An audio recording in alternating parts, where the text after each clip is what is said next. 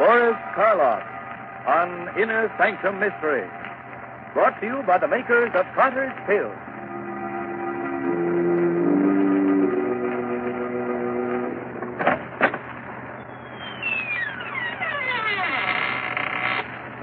Good evening, friends. Let me welcome you once more to the Inner Sanctum. This is Raymond, your host. Come in, won't you, and sit down? No, I'm not being polite. I'd prefer you to sit, you see. Because within the next 5 minutes, you're going to be so weak in the knees that you won't be able to stand.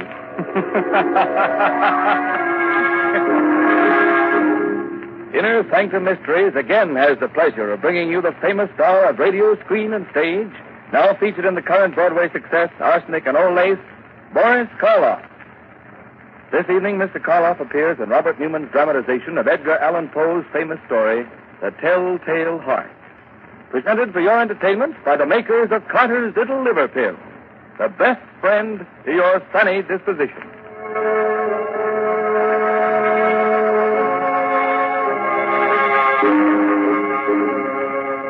And now our story. A story based on a tale by the greatest master of the macabre that ever lived, Edgar Allan Poe. The story of a man who could hear not only every sound on earth, but even things that don't exist.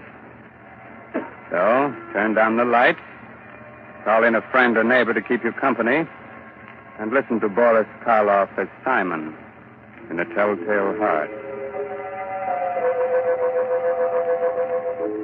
It's early evening. The sun is just setting behind a range of low hills.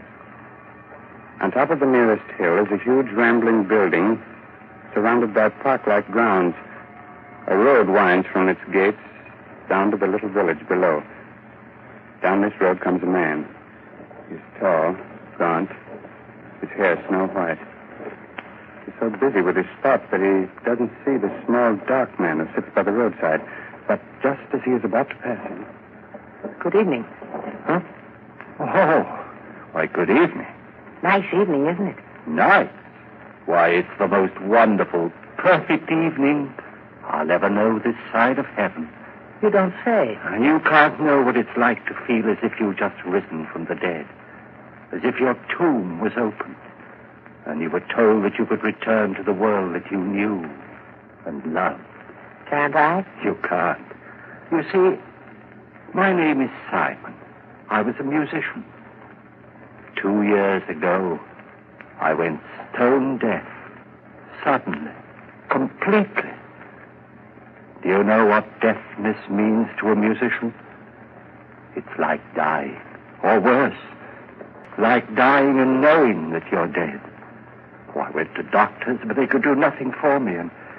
But finally, one of them sent me to see the doctor who has the place up on the hill here. Dr. Adair? Yes, Dr. Adair. He kept me with him for 6 months, and now I'm going home again. He cured you? You can hear? Hear? Listen. Listen hard, and tell me what you can hear right now. Nothing very much. The wind. Cricket. Cricket and the wind. Do you know what I can hear? I can hear the grass growing, the sap rising in the trees. I can hear the stars moving in their courses. I can hear things that no man ever heard before. Now do you know why I said that this was the most wonderful evening that ever was? Yes, Simon. But I knew why before. You see, I just left the place up on the hill myself. You left there? You mean... When I was taken there, I was blind. Oh, your eyes, yes. I hadn't noticed before, but they are strange. Shall we walk on together? Simon? Just where did you plan to go? Well, I've been thinking about that for weeks now. All the weeks when I couldn't leave my room. I must get used to being able to hear again, gradually. From my window, I could see an old mill, just this side of the village. Yes, it's deep in the woods, deserted. There's moss on the water wheel, And the door hangs open by one hinge. You mean that you can see it from here? My eyes have become as good as your hearing. You thought of going there, living there? For a while, until I was ready to return to the world. Oliver, why don't you come with me? Then when we are both ready, we can go back together to the world. Yeah. I could do that. Think of what it's going to mean, how much we're going to be able to help people. You with your sight and I with my hearing. Help them? Yes. Yes, of course. All right, Simon. We'll go to your old mill.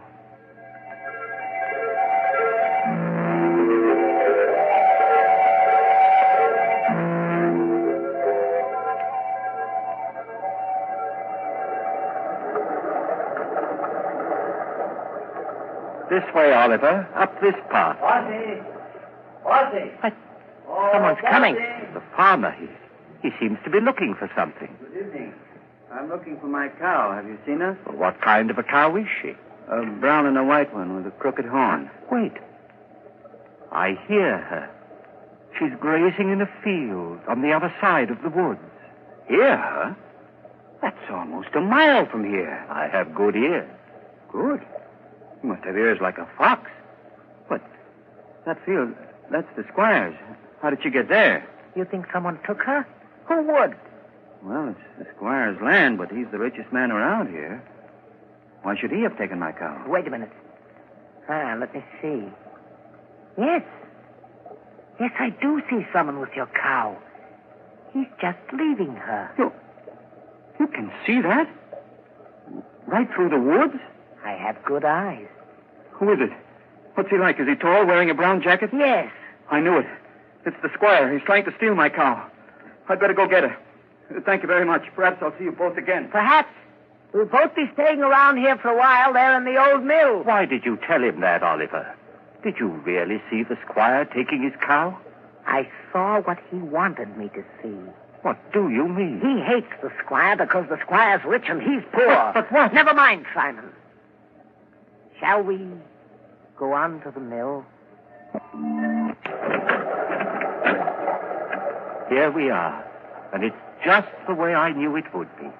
Quiet, peaceful, no noises, just sound. And even those are dulled by the waterfall. Yes, it's just the way I knew it would be, too. Dark, dank. The home of the rats and spiders. We'll be happy living here with them. Happy with rats and spiders? Why? Because they're like me. Rats see in the dark, and spiders spin webs. I don't understand you, Oliver. Must you always see the worst, the most evil side of everything? Always. But why? Don't you love people? Don't you think that this is a good world? A good world when I was blind for more than 2 years. But whose fault was that? What difference does that make? I was blind. And did anyone care that I was? No. Love people. I hate them. But, Oliver, that's wrong. You've no right to hate anyone or anything. What's that? What? It sounds like wings, like... Yes, there it is, there. A swallow. Why, it's frightened, trying to get out. Why, it's beating itself against the wall and... Oh, poor thing, it's hurt itself. Fallen to the ground. I'd better catch it. Is it badly hurt? No, I don't think so. Oh, just this one wing. Here, let's see. Perhaps we can put a splint on it, heal it. Do you think so? Here, Oliver. But be gentle. It's still terribly frightened. I will. Oh, Oliver! What are you doing to that bird? Doing... Blood, you've crushed the swallow, killed it. So I have. You killed it deliberately. You think so? I told you we all have some badness deep inside us. Even you. Here you are ready to believe the worst of me, that I'd wantonly crush a harmless little sparrow to death and... Simon. What is it? I don't know, but there's something in your face. something that wasn't there before. I don't know what you're talking about. I'm going up to bed. Simon! Simon, wait! It wasn't he that was blind. It was I. Well, he is bad, evil, clean through. He's like one of the spiders he loves so much, lurking here and spinning cunning webs to catch innocent people in. And what he saw in my face just now, there was something there. Something that wasn't there before. Death. Why did this have to happen to me? I was so happy just a little while ago. I loved everyone, the whole world. And now I have to kill him. And here I am, friend, Raymond, your host in the inner sanctum, who also loves everyone. So, Simon has decided he must murder his companion. Not because he wants to, but in order to keep him from spreading the hate and evil he seems to love. That's a charming idea. But if Oliver's eyes are as good as he says they are, good enough to see death in Simon's face, how will he be able to do it, Quite a problem, isn't it? Well, Raymond, everyone has problems. It's the answer that counts. It certainly does, Mr. Hurley, in a mystery drama. Yes, and in a domestic drama, too. If you don't believe it, listen to what Agnes Vale says to her husband at the dinner table. Oh, Bob, you haven't said a word about the cake, and I baked it especially for your birthday. After 30, no one wants to be reminded of birthdays. Oh, that's silly.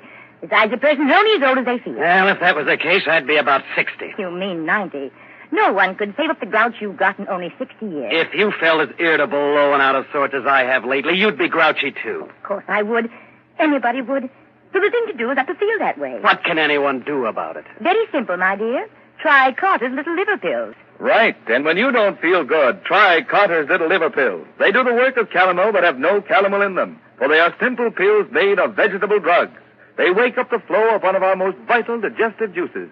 When this vital juice flows at the rate of 2 pints a day, it helps to digest our food and bring back the glorious feeling that goes with regularity. Then most folks feel like happy days are here again. But be sure you get the genuine Carter's Little Liver Pill.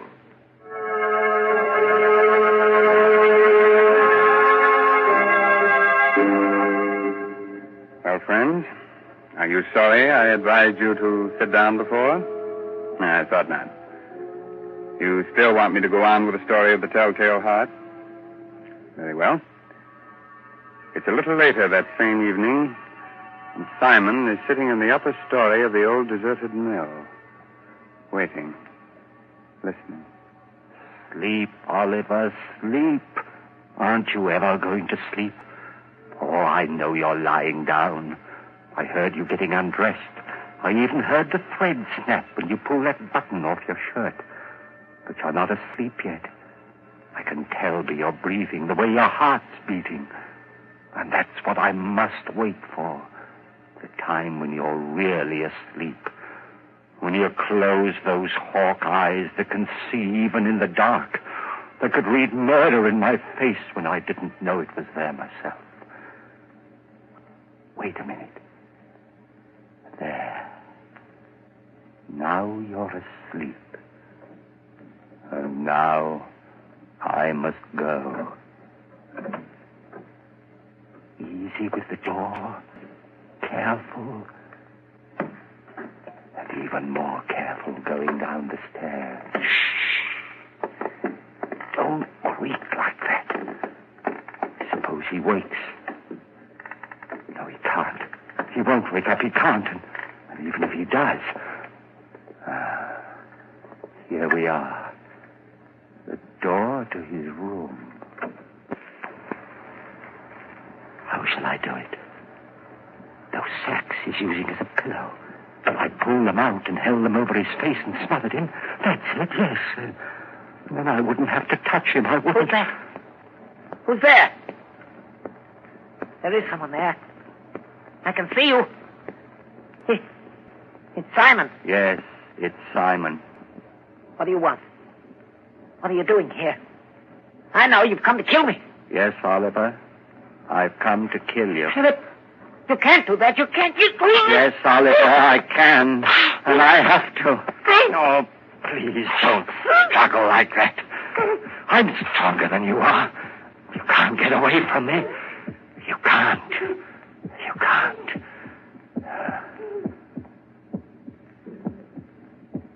That noise. Hear it? It's your heart.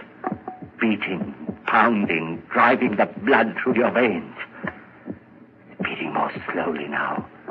Slower and fainter. Running down like a tired clock. And I'm not going to let you go until it's stopped. So don't struggle. Don't struggle, please. Just a few seconds more. I can hardly hear it now. Just a faint, throbbing murmur. And now, even that's gone. Yes, it stopped. And you're dead. Oliver, listen. I didn't want to do it. I didn't, but I had to. You were only interested in hurting people. That's why I had to do it. And that's why I'm not going to give myself up or confess that I killed you, because I could still help people. You understand, don't you? That's why I must get rid of your body, hide it somewhere. Oh, what am I to do with you? I know. I'll keep you here, tear up the floor and hide you underneath it. Yeah. Let's see now, this crowbar. And this one here, there. That should be big enough. And now, in you go.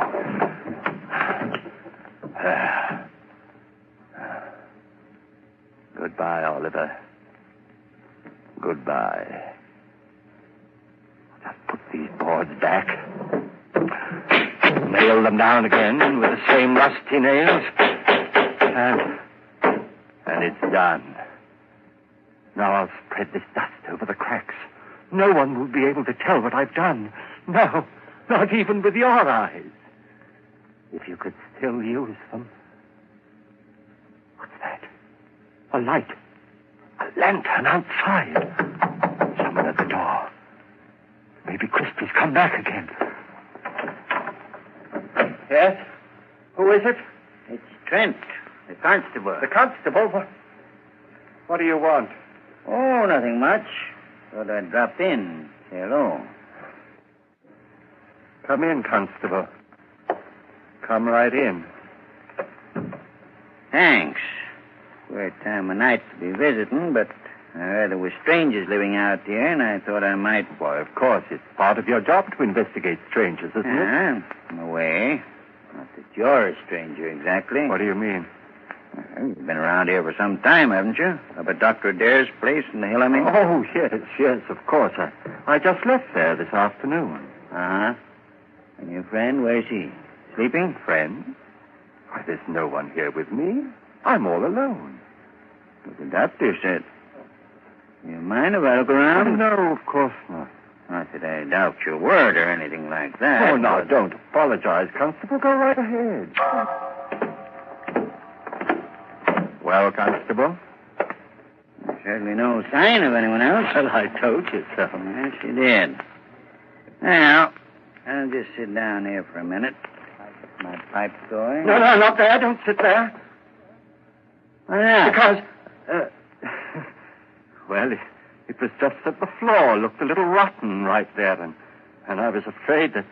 Oh, I guess it's all right. Sure. Strong enough to hold me, anyway. Don't stop me if I hurt you. Good heavens. What's that? What's what? That's throbbing. That noise. Beating away like... I don't hear any noise. But you must, you... Those ears of mine. Sometimes they're too good. It's just your watch ticking. Watch? I haven't got a watch on me. You haven't? But then what? Oh, look, Constable, I could use a bit of exercise. Suppose I walk you back to the village. Well, that's mighty nice of you. I'm glad to have your company. hurry, is there? Just let's sit there for a while. I don't want to sit. Constable, will you come now? Now, this minute. If you don't, I don't know what I'll do. Hey, you have gotten yourself into a state. Is anything the matter? No, of course not. It's just that I get nervous, restless, and you won't mind if I walk up and down right here, will you? It'll make you feel any better. Go ahead. Thank you. This floor, it is noisy, isn't it? It isn't noisy enough. Constable, this lever here, I've been wondering about it. What's it for, do you know? Yes, I think it opens the sluice, starts the mill wheel turning. It does? Then let's try it. See if it still works. There. Yeah, still works all right. It's quite a racket, too. You're not loud enough still. Constable, for heaven's sake, will you come now and leave here with me? If you don't, I'll go back. Look, there's no need to get so excited. I'm not excited. I'm perfectly calm and quiet. Will you come now, right away? But I told you. I know what you're doing.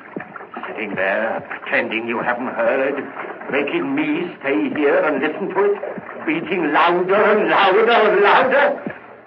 All right, I confess. I killed him. His body is right underneath you, under the floor. I killed him, and that noise you hear is his heart. The beating of his telltale heart.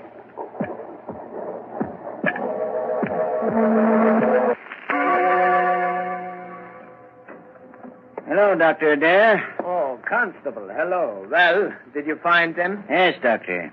I'm good. Some of my boys will be bringing the other one, Oliver, along in a little while. Bringing him? What's the matter with him? Well, sort of. They were in the old mill by the river. Simon had evidently tried to kill Oliver, but he hadn't done a good job of it.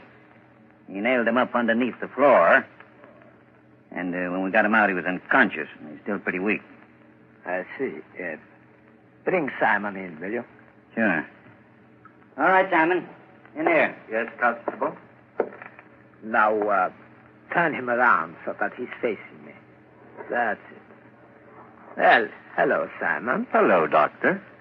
Simon, why did you run away from here this afternoon? Run away? I didn't run away. I left. What need was there for me to stay when I was cured?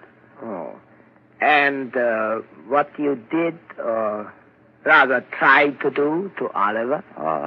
That was wrong. I know it was wrong, but I had to do it. He was bad, Doctor, bad. He hated everyone, wanted to hurt them, and I couldn't let him.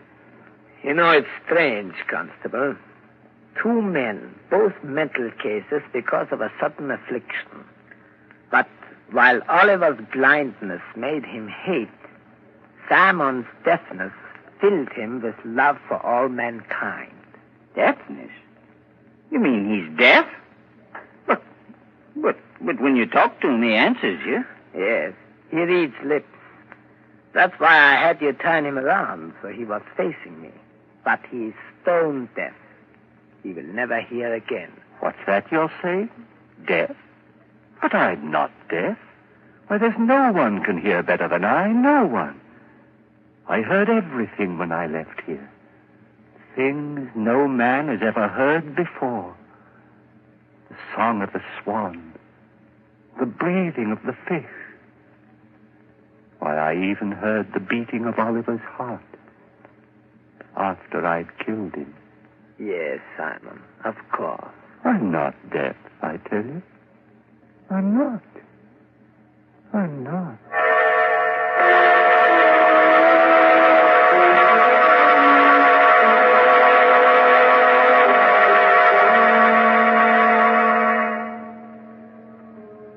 So, Simon did hear all the things he said he did, even the beating of the telltale heart.